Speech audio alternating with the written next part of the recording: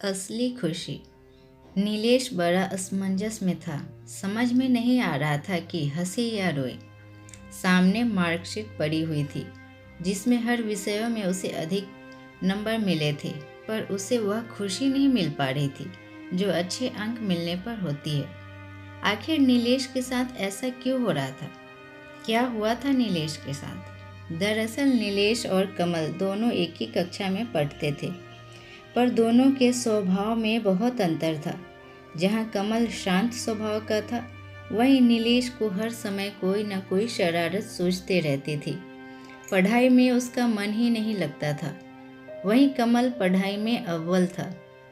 शिक्षक के हर सवालों का जवाब वह फट से दे देता था।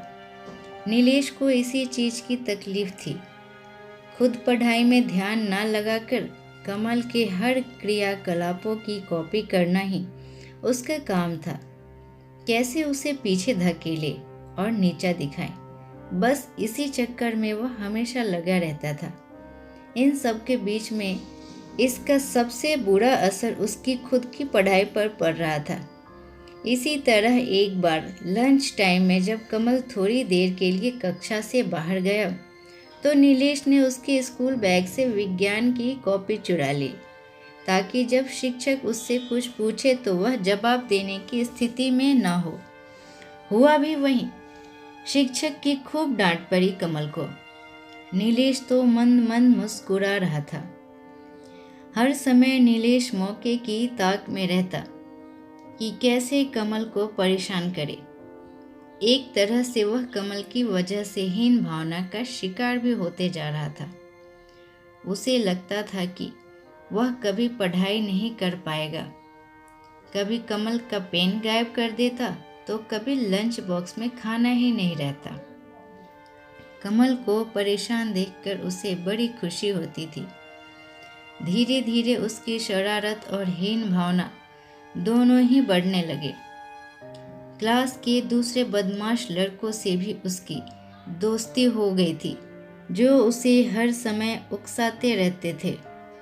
नीलेश की एक दोस्त थी, रितिका, जिसकी हर बात वह मानता था। नीलेश की हरकतों को देखकर रितिका को बड़ी तकलीफ हो रही थी।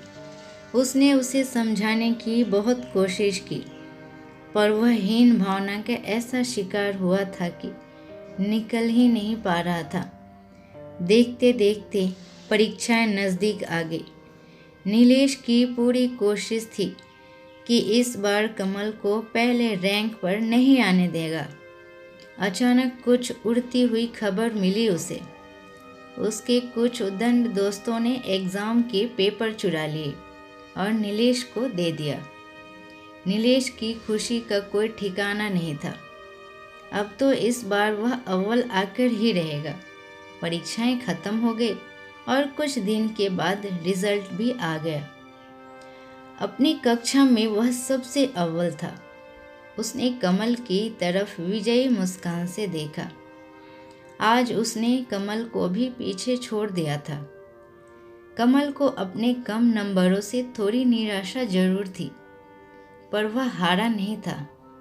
उसने नीलेश को उसके सफलता पर बहुत बधाई दी और उसे गले लगा लिया। नीलेश असमंजस में पड़ गया। क्या करे क्या न करे, अपने स्वभाव पर रोए या कमल की अच्छाई पर खुश हो। जिस लड़की को उसने परेशानी के सिवा कुछ भी ना दिया था, आज वही उसे उसकी सफलता पर बधाई दे रहा था। पल भर में ही उसकी जीत की खुशी काफूर हो गई और आईने की तरह उसके कारनामे सामने दिखने लगे। बेईमानी से लाई गई रैंक पर उसे अब बड़ी शर्मिंदगी हो रही थी। सामने रखे अच्छे अंक भी उसे बार बार उसकी गलतियों का एहसास करा रहे थे। उसकी आंखों के कोरों से शर्मिंदगी के आंसू बहने लगे और अपनी गलतियों को सुधारने का मौका सूझने लगा। उसने मन में ठान लिया कि वह कमल से अपनी पिछली गलतियों के लिए माफ़ी मांगेगा और शिक्षक के सामने अपनी चोरी भी कबूल करेगा, चाहे उसे स्कूल से निकलना ही क्यों ना पड़े।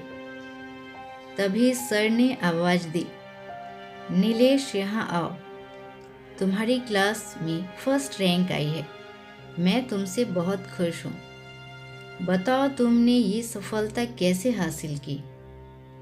नीलेश बड़ा असमंजस में था। समझ में ही नहीं आ रहा था कि हंसे या रोए। सामने मार्कशीट पड़ी हुई थी जिसमें हर विषय में उसे सबसे अधिक नंबर मिले थे, पर उसे वह खुशी नहीं मिल पा रही थी जो अच्छे अंक मिलने पर होती है। नीलेश दबे कदमों से ब्लैक बोर्ड के सामने पहुंच गया। सर, फर्स्ट रैंक मेरी नहीं, कमल की आई है। मैं आप सभी से माफ़ी मांगता हूँ। मैंने चीटिंग की है। कमल को नीचा दिखाने के लिए मैंने पेपर आउट करा दिया था। सर, आप इसकी जो चाहे वो सज़ा मुझे दे सकते हैं। कमल, आई एम रियली सॉरी। मैंने हमेशा तुम्हें परेशान करता रहा, पर आज तुमने ही मुझे गले लगाकर बधाई दी। और ये कहते कहते नीलेश की आंखों में आंसू आ गया।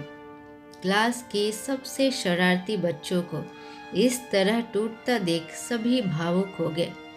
रितिका और कमल फौरन उसके पास पहुंचे और उसका हाथ थाम लिया। स्कूल मैनेजमेंट ने भी नीलेश को पश्चाताप बेकार नहीं जाने दिया और पुनः परीक्षा लेकर उसे भी पास करा दिया गया। अब नीलेश समझ चुका था कि बेईमानी से पाई गई सफलता कभी खुशी नहीं दे सकती। असली खुशी ईमानदारी और सच्चाई के रास्ते पर ही चलकर पाई जा सकती है। धन्यवाद। उम्मीद करती हूँ ये कहानी आपको पसंद आए। अगर आपको ये कहानी पसंद आई है तो आप लाइक, शेयर और सब्सक्राइब करें।